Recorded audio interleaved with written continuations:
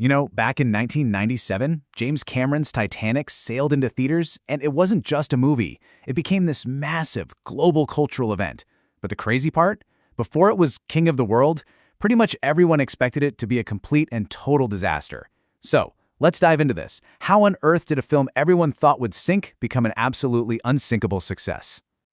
Well, the story really starts with this number, $200 million. Now, you got to remember, in 1997, that was a jaw-dropping, record-shattering budget. The production was so huge, so expensive, and so delayed that the Hollywood press could, smell blood in the water. The consensus was pretty clear. This thing was going to be a historic flop. And the headlines? They were just brutal. The press leading up to the release was filled with all these stories about a troubled production and a budget that was just spiraling out of control. So that really sets up the central question we're looking at today.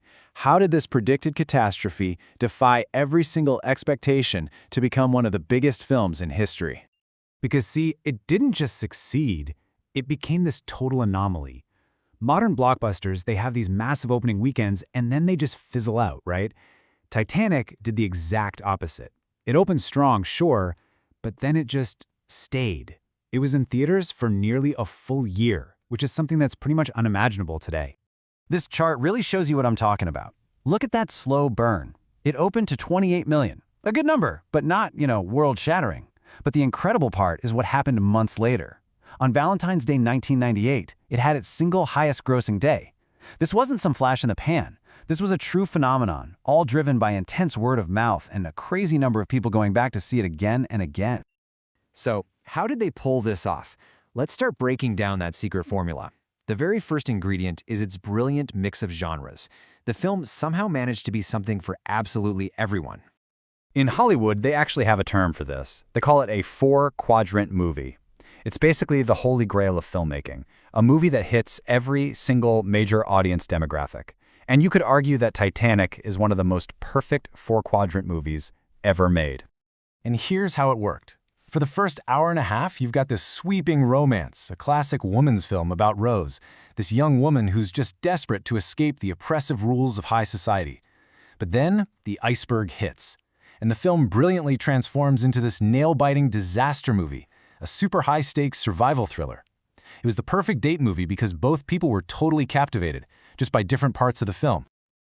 Okay, the second key ingredient was James Cameron's legendary, almost obsessive commitment to getting the details right. This wasn't just a movie set on the Titanic. It was a genuine attempt to bring history to life with a kind of spectacle nobody had ever seen before. It all kind of boils down to this number, 33. That's how many times James Cameron personally dived down to the actual wreck of the Titanic, more than 2 miles under the ocean.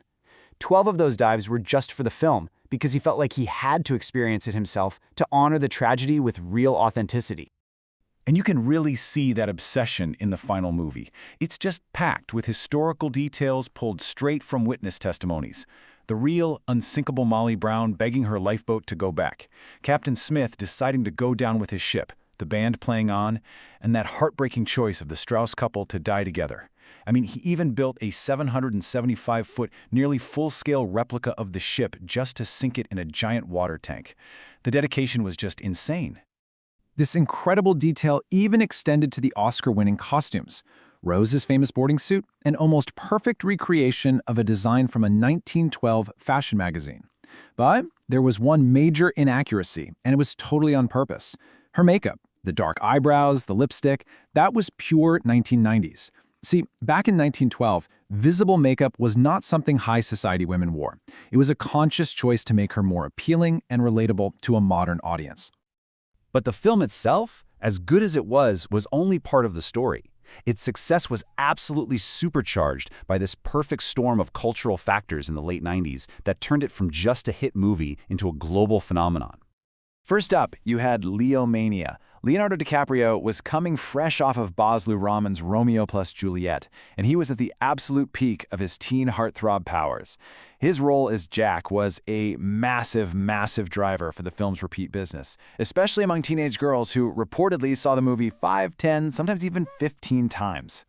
And then there was the song. The song that almost never happened. James Cameron originally thought a pop song over the credits would be too commercial.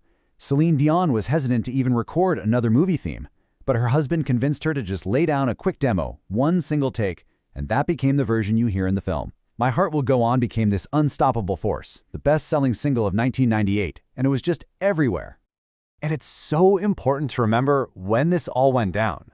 In a world before social media. The movie's success wasn't cooked up by some viral marketing campaign. It was completely organic. It spread through real, person-to-person conversations, all powered by this feeling that you simply had to see this movie to be part of the cultural moment everyone was talking about. So that brings us to the film's legacy. I mean, 25 years later, Titanic isn't just a movie we remember, it's one we actively debate, and that's a huge reason why it's still so relevant. And the central debate really boils down to this. Is Titanic an 11-time Oscar-winning masterpiece, right up there with films like Ben-Hur? Or is it just a cheesy, sentimental melodrama, a disaster piece, if you will? Critics and audiences are still deeply divided on this, and that argument is exactly what keeps the conversation going. But whether it's a masterpiece or not, you can't deny its themes are incredibly powerful and universal. The story is all about love versus class. It's a really profound story of survival, focused on a young woman who is ready to end her life but finds a reason to live.